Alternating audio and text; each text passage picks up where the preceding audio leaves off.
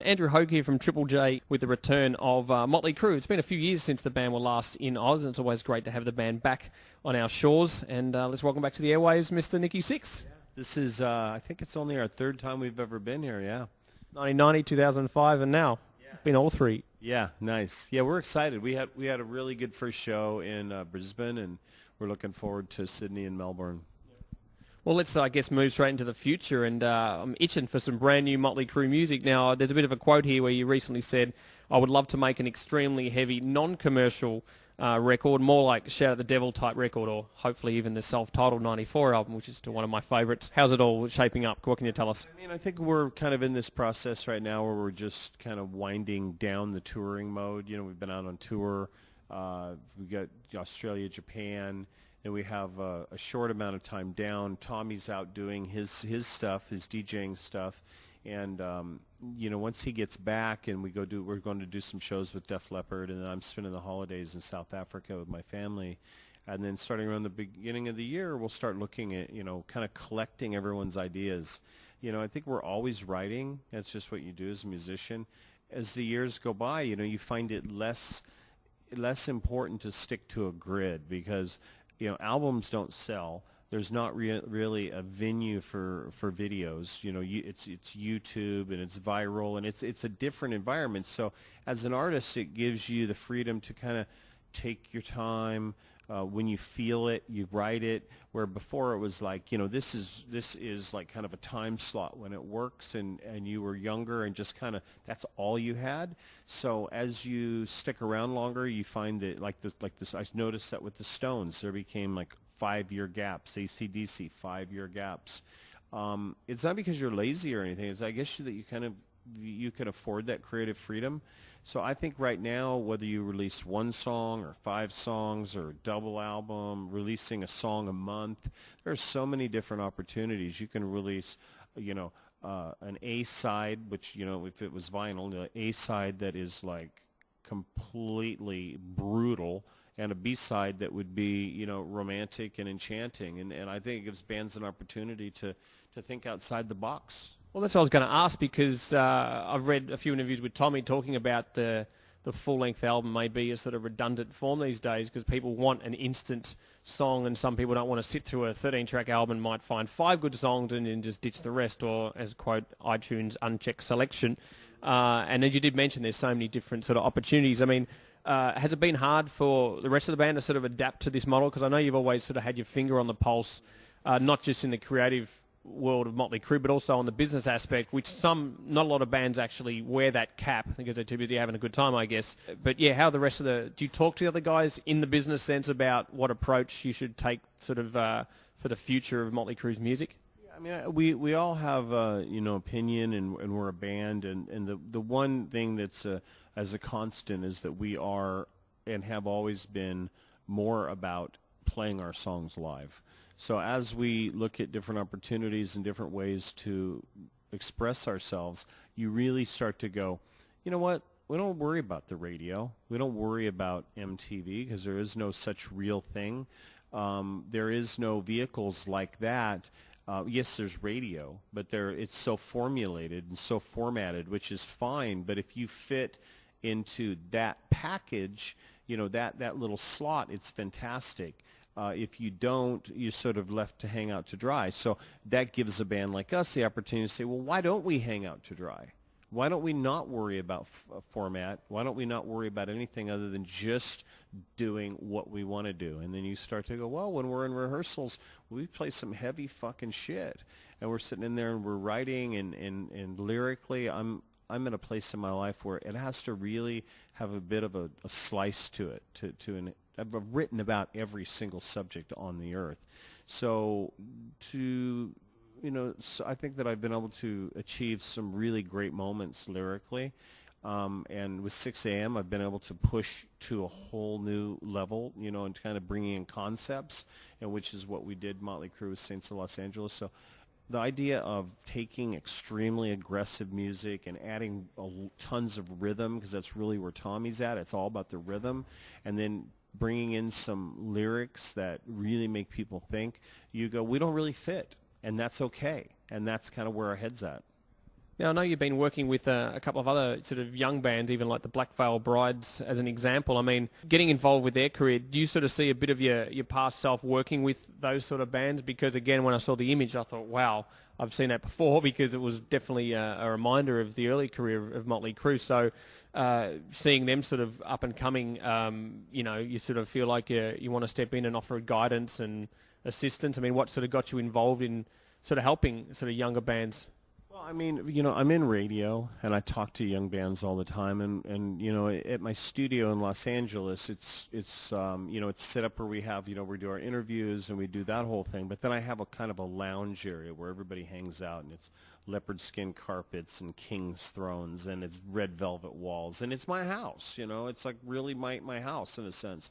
And I hang out and we talk. So whether I'm talking to Ozzy or Paul Rogers or certain actors and actresses or young bands, I'm able to hear their experience and they're able to hear mine. And a lot of times with the young artists, they'll say, Nikki, how did you get here? How did you get from being a punk in the streets to being in a band that's 30 years and now you have your own radio show and you have your own clothing line and you have books on photography, you're an author. And I said, the number one thing is you save 80% of your money.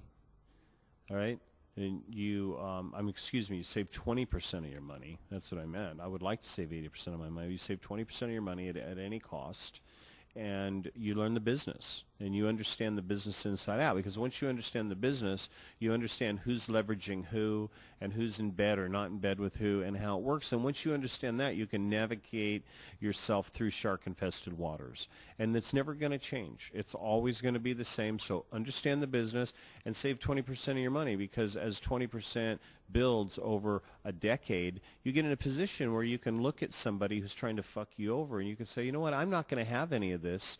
I'm going to make an album like this, or I'm going to do this because I'm passionate about it. And when artists stop being passionate, you have a problem. You have a limp industry. You have an industry of artists that are just following each other around, sniffing each other's asses, and you end up with a bunch of mundane music. And I got to be honest with you, I'm in radio, and a lot of the music just plain out sucks. I mean, I hear it, and I just fucking want to gag. So when I saw Black Veil Brides, I go, here's a young band that hasn't quite written their schools out yet. They haven't written their Shout at the Devil yet. And that's what I told them. I said to Andy, I go, listen to these albums. I gave him a list of albums. I go, write anthems. Write songs that make whole audiences do the same thing and create an energy that gives people a reason to want to leave their houses, get out of their cars, come to the show, and celebrate this thing together. You guys got the look. You definitely have the passion, and that's what you're missing. And then, I get excited. I go, wouldn't that be great if these guys wrote that song, and with that imagery and with the way their brains think, they were able to sell out arenas and put on those big shows. And you go, now all the limp-ass bands are going to die. Or maybe even follow them, as some of them tend to do too. We sort of see, as you mentioned, trends, and even now with the heavier music genre, with so many offshoot of genres, it's kind of getting a little bit ridiculous, and people should just get back to just calling it all heavy music. And here's the thing. I've always said to be rich is to be free. And that was always my reason for understanding the business side of it and understanding that whole side of it, was not for Rolls Royces and mansions. It was never about that. It was always about having enough money so that I could make the music that I wanted to make. And in the end, that's what these artists got to do. They got to figure out how to do something that makes people happy and that makes them happy, and raise the standard and figure out how to financially be successful, because it's so hard right now to sell records. It's so hard right now you can't spend $200,000 on a video and recoup it even. You're a fool if you do that, unless you're a Lady Gaga and you're doing those kind of numbers. So for these young bands to be creative, figuring out Final Cut Pro, figuring out photography, figuring out how to write great songs, imaging yourself, how to tour with big shows that look big but they actually aren't. It's called soft goods, and you can travel around the world, and that's what I'm passionate about. Now, obviously, your career is incredibly well documented, not only just through people knowing about it, but you're very open about your life and your experiences and things like that. And I mean, I'm not about to go down that road, but I guess from 2004 when you became sober, I mean, how do you manage your life in the now without so much reflecting on those past experiences? A lot of media would be asking you all the time the craziest thing you've ever done, and I mean, do you sometimes get a bit frustrated that it just keeps coming back at you when it's almost, I guess, stuff you probably don't want to be reminded about because that's then, and it's all about the now. Where's your head at when that sort of thing gets sort of brought up all the time, and I guess people want to know about all that sort of stuff? I look at any failure as actually an excuse to figure out how to be successful. So my drug addiction was a great lesson for me on what not to do in my life and what excuses not to use, not to face my demons, so to speak. And everybody has their own, set of demons, that are haunting them. And, mine was my childhood and being abandoned as a kid and, growing up, living in the streets, fighting the fact that my father abandoned me, fighting the fact that my mother abandoned me. And it turned into a huge mountain when in reality, when I looked at it with a new perspective, it was really a molehill. It really wasn't that big of a deal. I kind of went, you know what, bad shit happens to good people. It's just life, man, and you just figure out how to move on, and then you change your perspective, and life's good. So for me, it was a great thing. Maybe for you, my drug addiction was a great thing. I think for lots of people who've read the Heroin Diaries, my addiction and recovery has been a really good thing, and I use it as a platform to try and help people. And that's how someone wants to talk about it. I go, yeah, let's talk about it, because maybe one kid's going to hear it out there, and he's not going to die. Well, this is the thing. I mean, like we talked about the sort of up-and-coming, rock bands, and most obviously certainly idolise you guys for the career and the debauchery and everything that goes with it. Again, is there a bit of concern for you that some kids might just think that is cool because it's, cool when obviously it isn't the way to go because you've lived through that? What do you say to that when you kind of dispel the myth and say, dude, that's where you're going to end up and it's not good? Because, again, most people are more attracted to the negative side of things because it's exciting, or as they say, the fantasy is better than the reality. The bands that want to live and die by that sword, I tell them the same thing they say in the military. And the guy will stand at the front of the room and he'll tell a bunch of young soldiers, he goes, some of you are going to die. And I've said that to bands before. I go, one of you guys, there's only 5 of you, one of you is going to die. And then that puts everything in perspective. There's no happy ending to drugs. Never going to happen. There's never been a happy ending story of anybody that stays on drugs. They either die or they get clean. And during the time before they get clean, they lose a lot of stuff, including myself. And I'm not talking just brain cells. Now, drinking, partying, having a good time, knocking the bottom out of everything that comes through the door, every chick, fucking have fun, man. But there are some things where someone's going to die. Maybe someone else is going to die. You're going to kill somebody. So that's where I'm at on it. That's been my experience anyway. Now, as we know, photography has been a passion of yours for years, but I guess in the last few years it's certainly come to the sort of forefront.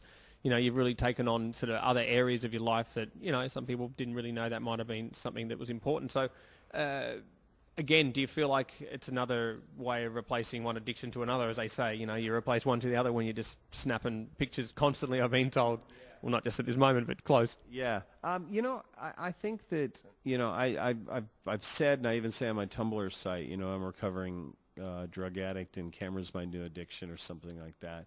But to be honest with you, it's the whole creative thing, and it's to be in that sort of that almost meditative state where I can be alone with the camera and I can just like channel. I can psychologically pull things out of people, or I can go into situations that might not be deemed safe, but I get into them and I pull something magical out of them, whether it's a brothel or in a gang-related area or a drug-infested alley. Those things I can do in a form of isolation, which is a very calming thing for me as an artist. I'm in a band. I'm in a band. I'm a photographer. I'm there alone. It's only me. So I think it gives me it's almost peaceful. Have you seen the Ozzy documentary when he was talking about drawing? And he says, I don't know what's going to happen with these, but I just know that when I'm doing this, it shuts out all the noise. It's how I feel about photography. We've been given the wind-up, so I guess we can get to choose your favourite Motley Crue track that sort of reminds you of some amazing times. I mean, more the positive, just where you think, wow, that song was good. Certain songs take you back to a certain period, so try and rattle off one of your favourite Motley tunes, we can conclude our chat with Nikki. And we were sound check in Brisbane, and I started playing the bass line, the beginning of Afraid. And I looked at Tommy, and he looked at me, and I said, we should do this next time we play. And he goes, yeah. And then the other one that I really love is Piece of Your Action off the first album. And I always loved it because it just doesn't really conform to what most songs do. It has that whole weird middle slide section where Mick really shines, and we do some really interesting timing changes and stuff. So I like that. I like those two songs. I'm going to pick two songs, not one. Well, you're a radio man as well, so we can certainly indulge and get to play two tracks. So thanks again for your time, Nikki. All the best, and of course, come back and see us in Australia again soon, and hopefully with some brand new Motley Crue music. Yeah, I like that idea. Cool. Awesome. Let's check out some Motley Crue on Triple J. Thanks, Nikki. Thanks, man.